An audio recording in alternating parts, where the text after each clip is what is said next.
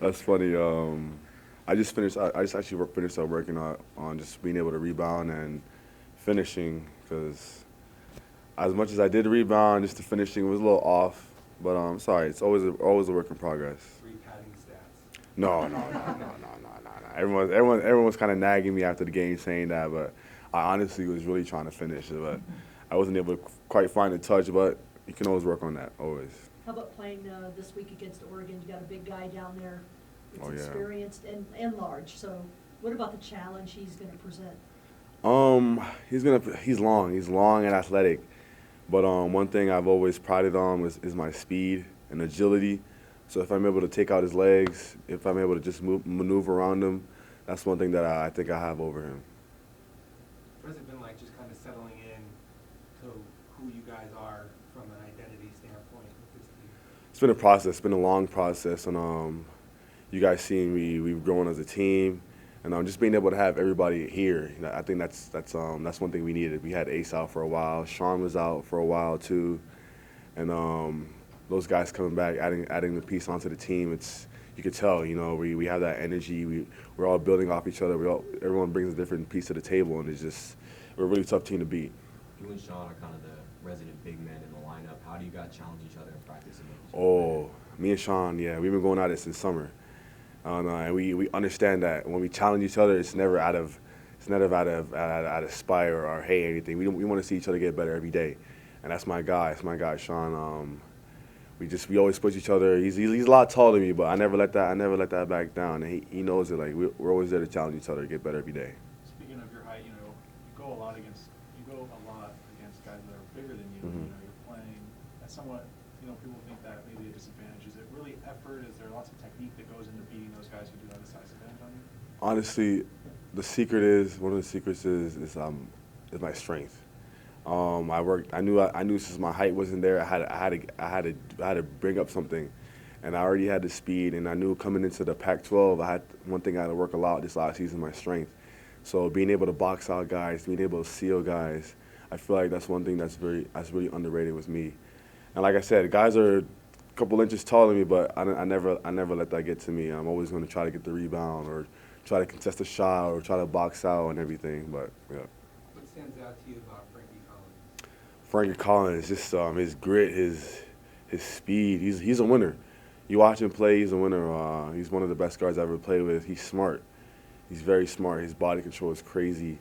You can tell when he's going up to finish, he can feel his defender coming to block him, so he'll go and finish on the other side. It's just his IQ is just through the roof, and he's a great guy to play with. Great guy. How was he as a leader? Because we saw him take you aside after the UCLA game when things got a little there. What did he say to you, and how do you learn from that moment? First of all, I want to take a moment to apologize. I didn't know if I was going to say this or not. I want to apologize to the media and everybody in terms of that technical foul. But he pulled me to the side and he told me, we don't need that. He's like, come on, Brian, it's a crucial moment. We don't need that right now. Lock in. He was just trying to get on me. He's a great leader.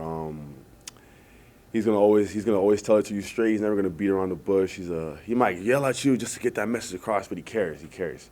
He's someone that really cares a lot. He's been here a lot. He's been here a while too, so he's helped build this program and he's trying to preserve that.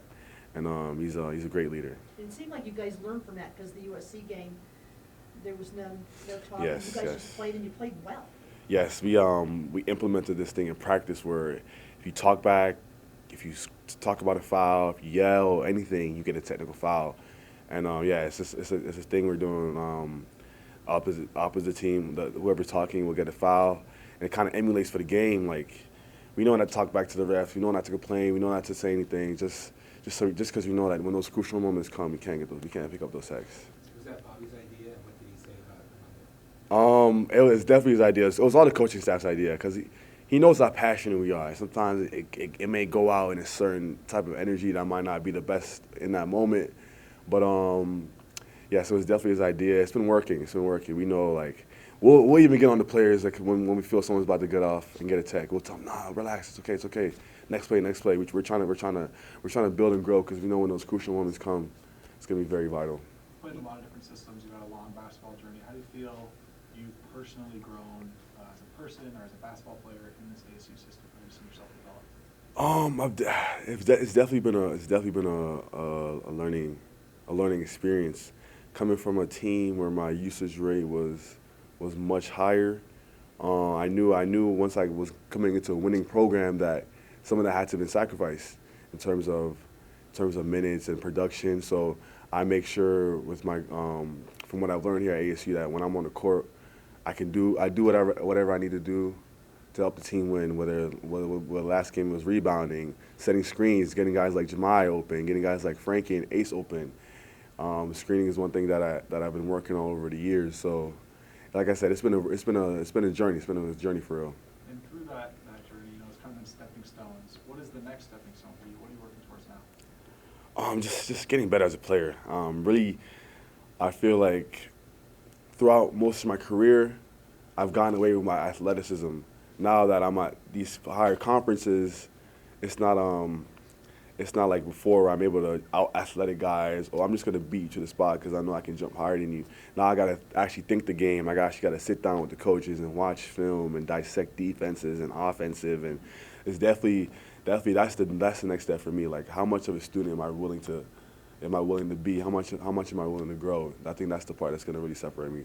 All right, Frankie's talked about you guys having to lock in for this trip. What have you personally done to kind of get mentally prepared for what that environment's going to be like in Eugene?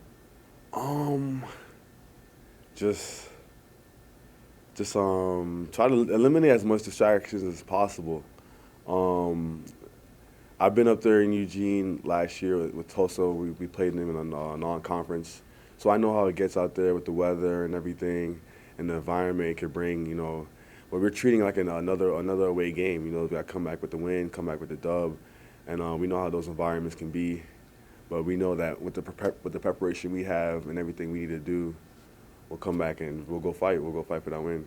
I've heard some of the other guys refer to you as the energy guy. Mm-hmm. What is your kind of mindset there? How to keep that going, keep the momentum going? It's kind of so as I've gotten older, I've learned to calm down more. But I realize with basketball, I still need to maintain that energy. I have to be that energy guy no matter what I do. And sometimes, no matter how much I fight it or how much I think about it, I know that's my role, that's my identity. So it's something that that if I'm really tapped into, like you guys seen at the USC game, where I know when I step on the court, it's 100 from there. And it's something that I learned this year. I haven't been used to coming off the bench and having to turn it on right away.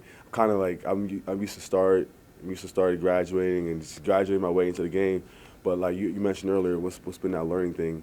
And I think it's that, just making sure I come off the bench and be an immediate impact. And that's something that I'm continuously working on. Are you doing anything different in your pregame routine to kind of address that, or how's that transition going in general?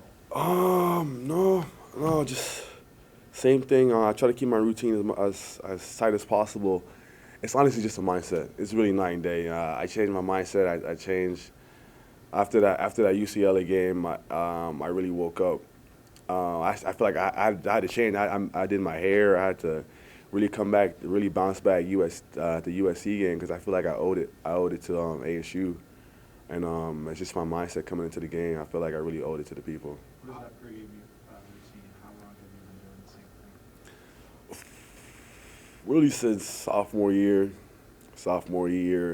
especially now that we have way more utilities. We have trainers. We have other coaches that can do stuff with you on the side with preparations like watching film, just making sure your body's right consistently, making sure you're good for the next game. Bobby's super passionate, a lot of emotion. What's it like playing for him, and do you feel like the team sort of mirrors his intensity? Yes. Very, very emotional guy. Very, very.